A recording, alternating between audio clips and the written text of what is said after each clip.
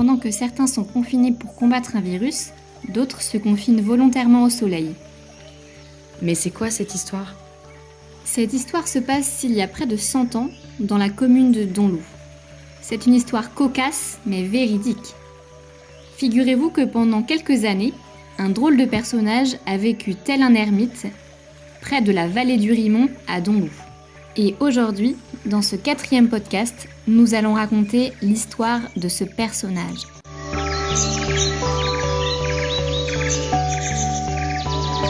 Né à Donloup au début du XXe siècle, notre protagoniste se nomme Jean Sourdril.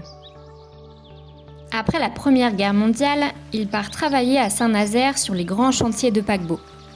Il travaille notamment sur le paquebot le Normandie, un symbole de la fierté française. À cette époque, les salaires n'étaient pas très élevés et Jean Sourdril gagnait peu d'argent, bien que les conditions de travail soient difficiles. C'est là-bas qu'il va attraper la tuberculose, cette maladie qui, de nos jours, se guérit facilement dans la majorité des cas. Son médecin le prévient. Le seul moyen de guérir, c'est soit d'aller au sanatorium, soit de prendre le soleil. Un sanatorium est un établissement de santé spécialisé dans la tuberculose. Mais à cette époque, il y en a très peu et ces établissements sont très chers. Jean Sourdril décide d'opter donc pour la deuxième option, vivre au soleil. Mais à Donloup. Eh bien quoi ? Vous ne saviez pas que Donloup bénéficiait d'un microclimat ? La vérité, c'est que Jean Sourdril connaissait un lieu à Donloup toujours baigné de soleil. Et il s'y installa pour vivre dehors le plus possible. Il fait alors construire par un menuisier de Donloup une cabane en tôle pour y habiter.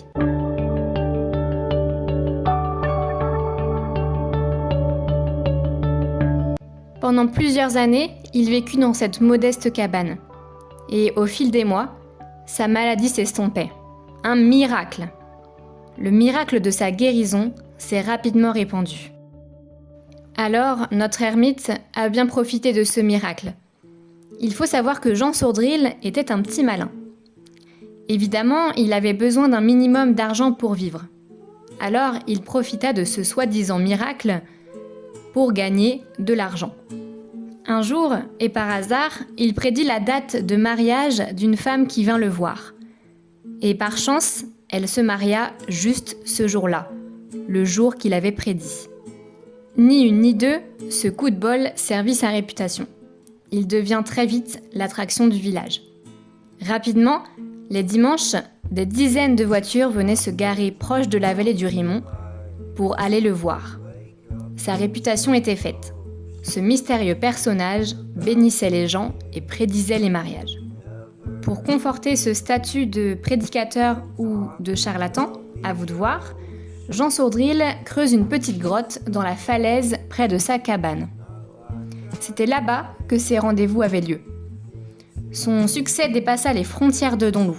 Certains Rennais venaient même le voir en prenant le tramway. Jean Sourdril était vraiment un sacré personnage. On dit aussi de lui que, la nuit, il se drapait d'un drap blanc et faisait peur aux passants. Disons qu'il cherchait à passer le temps comme il pouvait. Mais avec la célébrité vient aussi les ennuis. Sa cabane fut cassée plusieurs fois.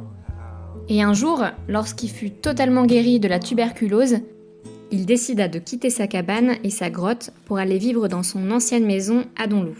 Et oui, il avait encore sa maison à Donloup. Et toute sa famille était aussi à Donloup. Mais lui, il a préféré aller vivre dans la vallée du Rimont. Aujourd'hui, cette histoire est anecdotique. Mais à l'époque, l'histoire de l'ermite a alimenté de nombreuses conversations. On venait de très loin pour le voir. Les anciens de Donloup se rappellent aujourd'hui très bien de ce rigolo. D'ailleurs, les informations que nous venons de vous donner nous viennent tout droit d'un échange avec le neveu de Jean Sourdril, qui habite toujours à Donloup. Une vraie mémoire vivante de la commune.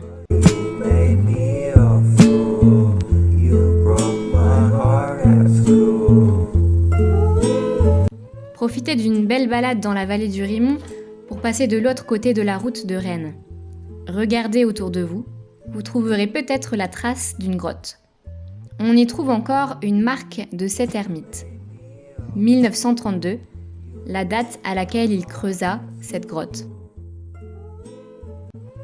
Alors, intriguant cette histoire, n'est-ce pas ? Merci de nous avoir écoutés. Nous espérons que ce podcast vous aura plu. À bientôt pour de nouvelles aventures.